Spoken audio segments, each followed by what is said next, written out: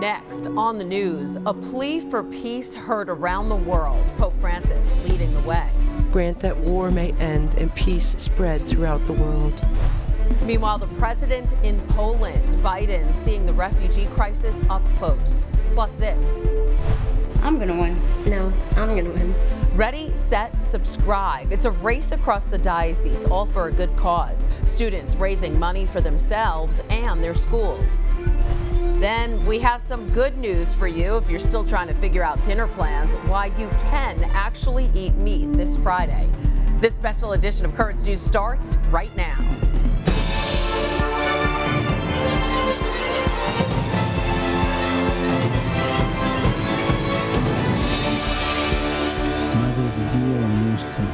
Therefore, Mother of God and our Mother, to your Immaculate Heart we solemnly entrust and consecrate ourselves, the Church, and all humanity, especially Russia and Ukraine. A prayer from every corner of the globe, from the Vatican to the Diocese of Brooklyn. I'm Christine Persichetti. It's a literal Hail Mary to end the war in Ukraine. Brooklyn Bishop Robert Brennan called the consecration a big deal, saying nothing is impossible for God. As the bombs come down, grant that war may end and peace spread throughout the world. Prayers go up from the Vatican, Our Father, who art in heaven, hallowed be thy name. To dioceses all around the world, including the Diocese of Brooklyn. O Mary, Mother of God and our Mother, in this time of trial we turn to you. Bishop Robert Brennan praying at the same time as the Pope, reciting the same prayer to consecrate Russia and Ukraine to the Immaculate Heart of Mary. We said this prayer, consecrating, setting aside, asking that God will transform the hearts of people and change the ways of war. After leading a holy hour prayer for peace at the Cathedral Basilica of St. James, Bishop Brennan joined the Pope in asking God through the Blessed Mother to bring the war to an end. Therefore, Mother of God and our Mother, to your Immaculate Heart, we solemnly entrust and consecrate ourselves, the Church, and all humanity, especially Russia and Ukraine. Accept this act that we carry out with confidence and love. Grant that war may end and peace spread throughout the world. The powerful act ties back to the Marian apparitions at Fatima in 1917, when the Virgin Mary appeared to 3 children and asked for the consecration of Russia to her heart. Previous popes have consecrated Russia in the past, but by inviting the world's bishops to join in, Pope Francis is leaving little room to doubt that the Catholic Church is taking every spiritual measure available to end the violence in Ukraine. The Pope has also offered to mediate between the two countries and has repeatedly condemned the war. On Friday, thousands gathered inside and outside of St. Peter's Basilica for this historic moment. We trust that through your heart, peace will dawn once more. Peace is the driving force of this consecration, and the worldwide act shows the whole Church is united in prayer for it. Lead us now on the path of peace. Amen. If you're wondering how you can support Ukraine besides in your prayers, look no further. Bishop Brennan has set up a special fund. 100% of the money collected will provide direct assistance to those affected by the war. Just make a check payable to the Compostela Fund of the Archdiocese of Brooklyn with the notation Ukraine and mail it to Diocesan Finance Office, 310 Prospect Park West, Brooklyn, New York, 11215. You can also give online at CatholicFoundationBQ.org/Ukraine. While the consecration was taking place, President Joe Biden touched down in Poland and got a first-hand look at the refugee crisis. In the meantime, Ukrainian forces are on the counter-attack, retaking control of towns and defensive positions on the eastern outskirts of Kyiv. Chris Wynn has the latest. More than a month since Russia began its invasion of Ukraine, a potential turning point as Ukrainian forces retake towns on Kyiv's eastern outskirts, according to the UK Defense Ministry. with the Ukrainian officials saying forces are going on the counterattack in the capital region. Every sign of support counts, beginning from, a hug, a word, and most importantly, of course, just the sign of unity on the side of the West, NATO, the readiness to help. But the human devastation continues to take its toll. Citing eyewitness reports, officials in Mariupol now believe close to 300 people died in a Russian attack on a theater there 9 days ago. Well, I don't think that nobody abroad can understand truly what just happened in my hometown. Can't even imagine living in the basement is not the worst thing happening in the Mariupol. Like, this town turned into a ghost. Friday, President Joe Biden was in Poland meeting with personnel from the 82nd Airborne Division. You're the finest fighting force in the history of the world. And that's not hyperbole. You have to say it again. So thank you for what you do. Thank you for all you've done. The White House says the president's visit was intended to highlight the war's mounting refugee crisis. More than 3.6 million people have fled Ukraine since the start of the invasion, according to UN estimates. In Washington, Chris Wynn, Currents News. The president's visit comes right after he wrapped up a summit with NATO. World leaders unveiling their next phase to hit back at Moscow. Fresh sanctions are on the way as they aim to tighten the economic noose on the Kremlin. The allies are also sending Ukraine new military assistance. And on Europe's eastern flank, NATO plans to bolster its own defense. During the summit, President Biden announced the U.S. will give an additional $1 billion in humanitarian aid and open the U.S. border to refugees. NATO has never been more united than it is today. Putin is getting exactly the opposite what he intended to have as a consequence of going into Ukraine. Ukrainian President Volodymyr Zelensky, while thankful for the help, said he needed far more from the Western allies, saying he needs, quote, 1% of all your planes, 1% of all your tanks. Now, remember those synod listening sessions taking place in every diocese around the world? You may have even taken part in one or saw them happening at your parish. Well, after months, the Diocese of Brooklyn's are almost complete. Officials there are preparing the report to send to the Vatican, but they need one more thing, a synod survey of sorts. Bishop Brennan wants your input. In a letter sent out to parishes over the weekend, the bishop requested this: we want to hear from the silent majority within our parishes and understand how we can better walk with them on their journey of faith. So now he's encouraging everyone to head to their computers and take an online synod survey. But what does that entail and how do you do it? Currents News' Jessica Easthope spoke with the leaders running the initiative ahead of its launch. Very important themes of journeying and being companions together. They're questions designed to bring about change. Some the church has never asked before. Who do you think is in charge? How can the church work better with other communities of faith? And now they're in digital form. They're going to be asked basic questions that would be asked of any Catholic right now who wants to have a voice. As the Global Synod process has gotten underway and parishes have started listening sessions, leaders in the Diocese of Brooklyn are realizing the people they need to reach most are not the regulars. Do not let ignorance. Sister Marianne Seton LaPiccolo, who's leading the diocese's synod efforts with Father Joseph Gibino, says often they're people who have never come to church and might even feel unwelcome. We want to hear from the people who don't come to the building called the church. We want to hear from people who don't feel welcome. And really, those are the voices that are going to change us. That's why the diocese is meeting people where they are.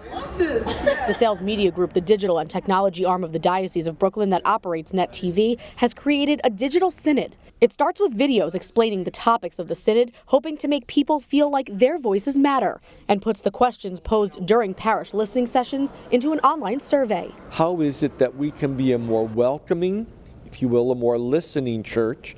So we're trying to use technology to help us listen. Anyone with an Android, iPhone, laptop, or internet connection can scan a QR code or follow a link and participate. A motivation for the digital synod has been the need to reach young people. Their world is a digital world. You know, everything is online, and everyone will have access to it. People can complete the 10-topic survey all at once or in parts and save their answers. Jessica Easthope, Currents News. It's your chance to make your voice heard in the church. Just go to dioceseofbrooklyn.org/synod survey. Remember, it could get your opinion all the way to the Vatican.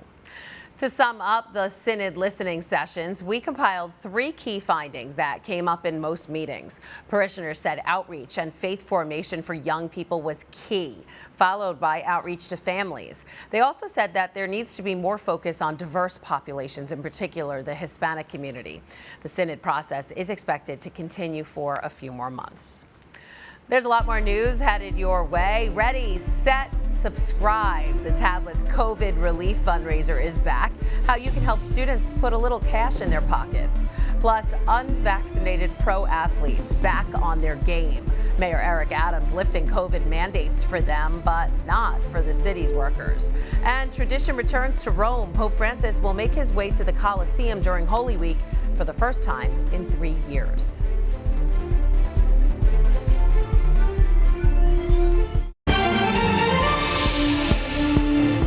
Students around the Diocese of Brooklyn are being given an amazing opportunity, the chance to raise money for themselves and their schools. The Tablet's COVID relief fundraiser is back, and already students at nearly 40 schools across the diocese have joined in on the big money competition. Ready, set, subscribe.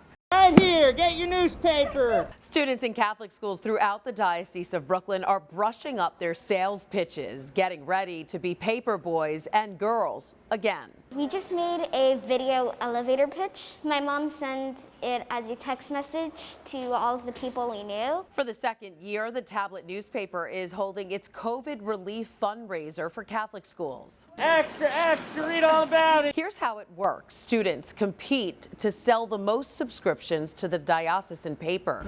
Kids who sell at least 3 get paid $10 for each subscription they sell. Their schools get $5 for each. This year, high schools get to participate too. I'm gonna win. No, I'm gonna win. What are you talking about? I'm gonna win. Well, I have more friends. I'm gonna win. Yeah, but I know I'm better with the family. Bring on the sibling rivalry, because now there are even more incentives to sell the papers. The student who sells the most gets $3,000. Noelle Pianoforte, a student at St. Athanasius Catholic Academy, won it last year after selling 48 subscriptions. I can't even explain how I'm feeling. I'm just so happy about it. $40,000 in total went to students and their schools last year. Monsignor David Casado, vicar for Catholic schools, told us it was a big relief, especially with all of the unexpected expenses related to COVID. Everybody today is struggling financially. I don't care who you are. Every church is struggling financially. Every school is struggling financially. And you know what they say? Every little bit helps. A little bit here, a little bit there pays the tuition. It keeps the school electric bill paid. The students have until April 29th to sell the subscriptions, but if you don't know a kid taking part, don't worry, you can still participate. Just go to thetablet.org/COVID relief fundraiser. There, you can select the parish school of your choice. You can also extend your subscription if you're already a big fan of the Tablet. Meanwhile, New York City is seeing a little COVID relief of its own. Athletes and entertainers are officially off the hook. This as Mayor Eric Adams excuses the city's performers from the vaccine mandate. Only non-residents are exempt under this executive order. We expanded it to residents of New York City. It's unimaginable. We were treating our performers differently because they lived and played for home teams. The mayor's pivot in policy comes after sports fans voiced concerns over the mandate, saying it was crippling New York's professional teams. At that time, Adams said he couldn't just think of a few players. He had to stay focused on keeping 9 million people safe. But many are not happy with the mayor's new announcement. Several municipal unions blasting Adams for adopting what they call a double standard that favors famous athletes and celebrities. Remember, just weeks ago, the city suspended nearly 1,500 workers for refusing to get vaccinated.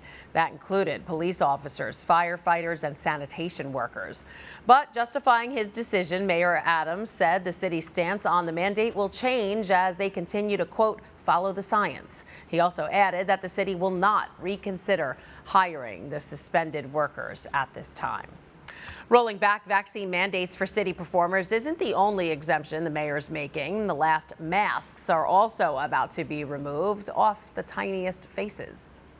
Our percent of positivity has remained low, which is a great sign that we're moving at the right pace and doing the right thing. And so now it's time to peel back another layer in this entire initiative. Children 4 years old and younger may no longer need to cover up in public schools and daycare facilities starting April 4th. But the mayor's decision could flip if the city sees an increase in COVID cases. State health officials just announced an uptick due to a new subvariant.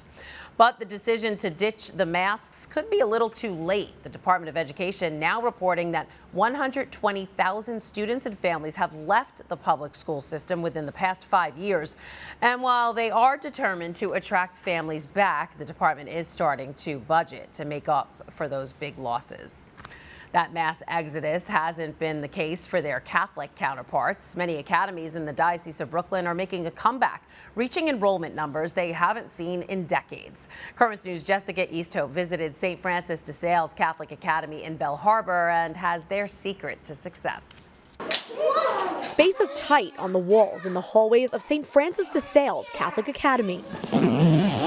That's because it's been 20 years since the school had this many students. We've made great efforts in our diocese of trying to increase enrollment and let people see the value of Catholic education here in Brooklyn and Queens. New data from the National Catholic Educational Association shows enrollment in Catholic schools nationwide is climbing back toward pre-pandemic levels. Enrollment this year is up almost 4%, and the Diocese of Brooklyn is near the top of the list, with elementary school enrollment growing 2.4%. St. Francis de Sales Catholic Academy had 569 students last school year. This year, there are 638. The interesting thing is how the enrollment has grown this year.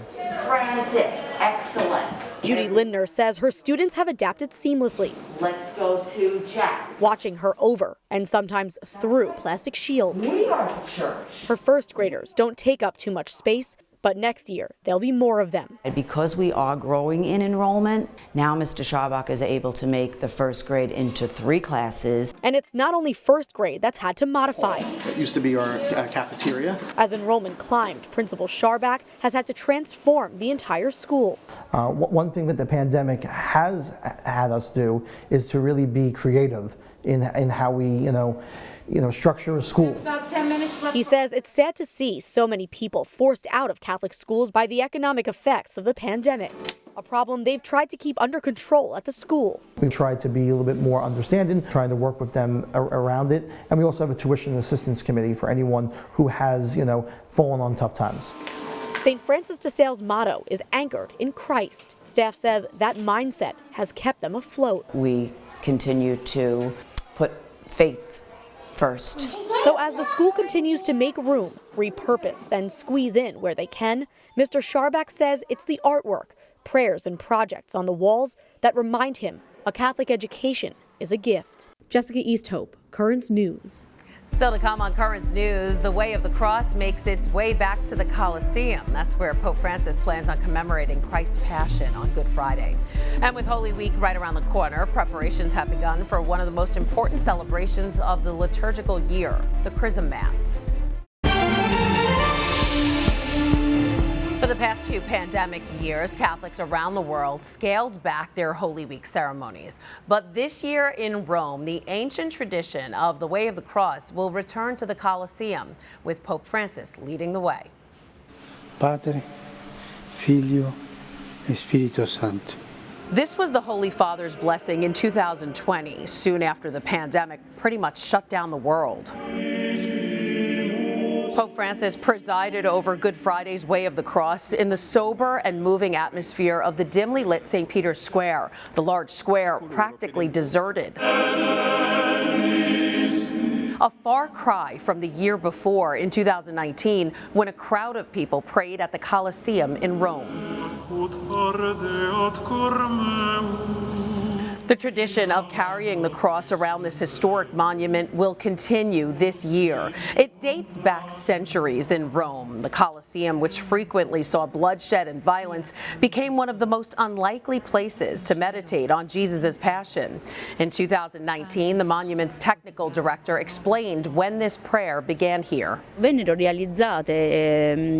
series of stations are made in the 1800s, like this one behind me. It was reconstructed 2 years ago from the original pieces in order to be able to do the Way of the Cross. The tradition was put on hold the last 2 years to prevent the spread of COVID-19. Last year, there were a few more people in St. Peter's Square on Good Friday compared to 2020. And now that most restrictions have been lifted, Holy Week ceremonies will go back to normal.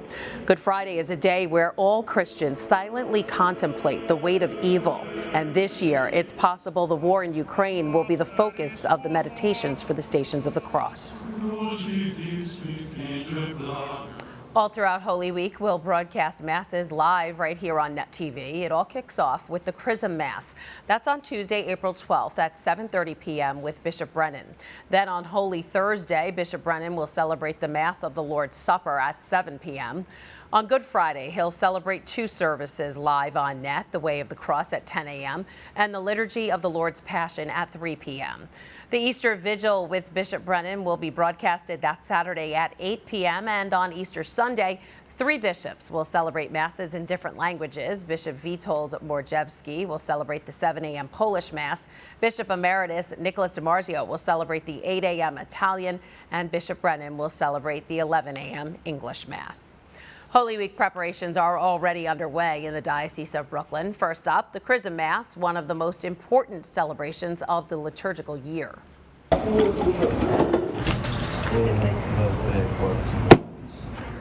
It's on that night that the bishop blesses the oils that are used in the sacraments. At the Co-Cathedral of St. Joseph, where the Mass will take place, the staff has already begun separating oil into hundreds of bottles that will be given out to every single parish. It's part of an ancient church tradition dating back as far as the 3rd century.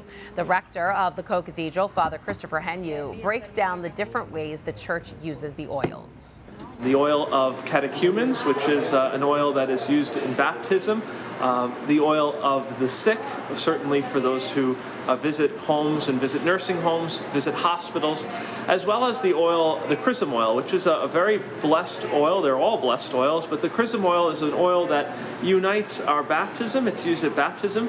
It unites our confirmation. It's used at confirmation. And also a priest, when he is ordained, his hands are blessed with that sacred chrism oil. In addition to the blessing of the oils, Chrism Mass is so important because it gives the bishop a chance to deliver a homily to all of the diocese's priests. It also serves as a time to salute jubilarians, religious who are celebrating anniversary milestones. Remember that Mass will again take place Tuesday, April 12th at 7:30 p.m. at the Co-Cathedral of St. Joseph, so be sure to tune into Currents News and the tablet for continuing coverage. And finally, on this 4th Friday of Lent, we have some good news for you. You can enjoy dinner fast-free. You can eat meat this Friday because of the Solemnity of the Annunciation. A solemnity is a feast day that is accorded special highest-ranking importance by the Church. And when one of those days falls on a Friday in Lent, the abstinence requirement doesn't apply. The Vatican even put special emphasis on that exception in canon law. So you can enjoy your hamburgers and steaks guilt-free tonight, and it's making me hungry. That does it for this special edition of Currents News. I'm Christine Persichetti. Thank you for joining us because we are putting your faith in the news. Hope to see you again next time.